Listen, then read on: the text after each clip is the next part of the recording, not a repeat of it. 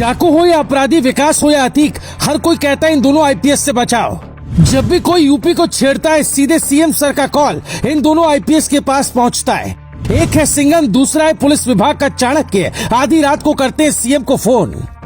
राजू पाल की मौत के बाद 3 किरदार ऐसे जिनकी नींद उड़ गई है। आधी रात में योगी फोन लगाकर हुक्म सुनाते हैं कि मुझे नतीजे चाहिए। दूसरी तरफ आरोपी है जो अपनी अंतिम सांस गिन रहे हैं। तीसरी तरफ है ये 2 आईपीएस जिनको योगी ने सौंपी है सबसे बड़े ऑपरेशन की सबसे बड़ी जिम्मेदारी। इधर सदन में मिट्टी में मिला दूंगा का ऐलान हुआ, उधर प्रयागराज की धरती पर ऑपरेशन मिट्टी में मिलाओ का आगाज हुआ। सिर्फ कुछ घंटे के बाद पहला नतीजा भी आया। अतीक अहमद के बेटे का ड्राइवर एनकाउंटर में ढेर हो गया। पर सवाल उठता है, हजारों आईपीएस अधिकारियों की भीड़ में से इन दोनों में ऐसा क्या है कि योगी आंख बंद करके भरोसा करते हैं।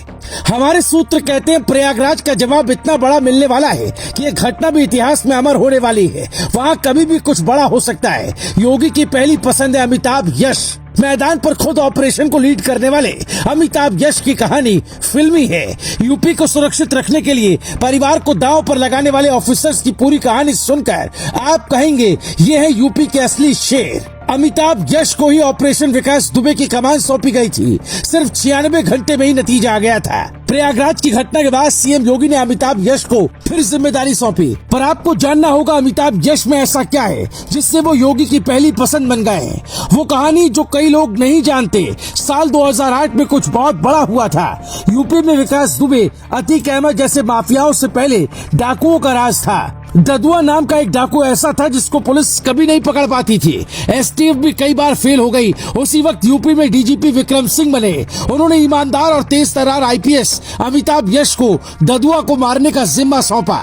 ऑपरेशन ददुआ के लिए अमिताभ यश करीब 3 महीने चंबल के जंगलों में रहे। 15 अप्रैल 2008 को मायावती सरकार ने ददुआ को मारने का आदेश दिया। यहीं से अमिताभ यश की जिंदगी बदलने वाली थी। एसटीएफ के 22 जवानों के लीडर थे अमिताभ यश। उस वक्त वो एसटीएफ के एसएसपी थे। एक लड़के के सामने एक तरफ पूरा परिवार था और दूसरी तरफ वर्दी का सम्मान था। जंगलों की खाक ढूंढते ढूंढते ददुआ मिल गया और फिर वो हुआ जो कोई नहीं कर पाया था। ददुआ को मारने आए कई ऑफिसर्स का या तो तबादला हो जाता या फिर वो मैदान छोड़कर भाग जाते। विधायक सांसद नोटों से भरा बैग पहुंचाते। वो जंगलों का जानकार था और लोकल सपोर्ट भी था। फिर भी केमिस्ट्री की पढ़ाई में मास्टर अमिताभ यश ने जाल बिछाया और ददुआ को 22 जुलाई 2008 को मार गिराया। डीजीपी विक्रम सिंह खुद हेलीकॉप्टर से पहुंचे। आज ददुआ का एनकाउंटर करने वाला ऑफिसर ही अतीक के गुर्गों और उसके बेटों के खिलाफ खड़ा है। अमिताभ यश का करियर ट्रैक ऐसा रहा है कि कोई भी अपराधी या माफिया पंगा नहीं लेना चाहता। जिस ऑफिसर ने ददुआ जैसे शातिर डाकू को निपटा दिया, उसके सामने राजू पाल के आरोपियों की फाइल बहुत देर तक नहीं टिकने वाली है। वो कहीं भी हो, यमराज से उन्हें कोई बचा नहीं पाएगा। योगी को पूरा भरोसा है ऐसे अफसर पर जो सिर पर कफन बांध कर चलते। वो खुद की मौत से नहीं डरते, इसीलिए एनकाउंटर में अपराधी मारे जाते। अमिताभ यश के फोन पर सीएम योगी का फोन डायरेक्ट आता है। वो इतने ताकतवर हैं कि खुद भी सीएम को फोन मिला देते।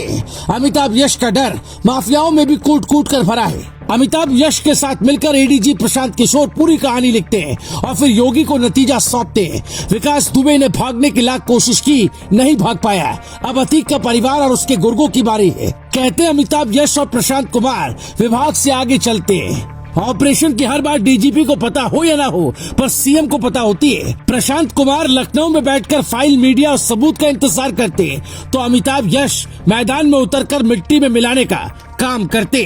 Bureau report, global Bharat TV.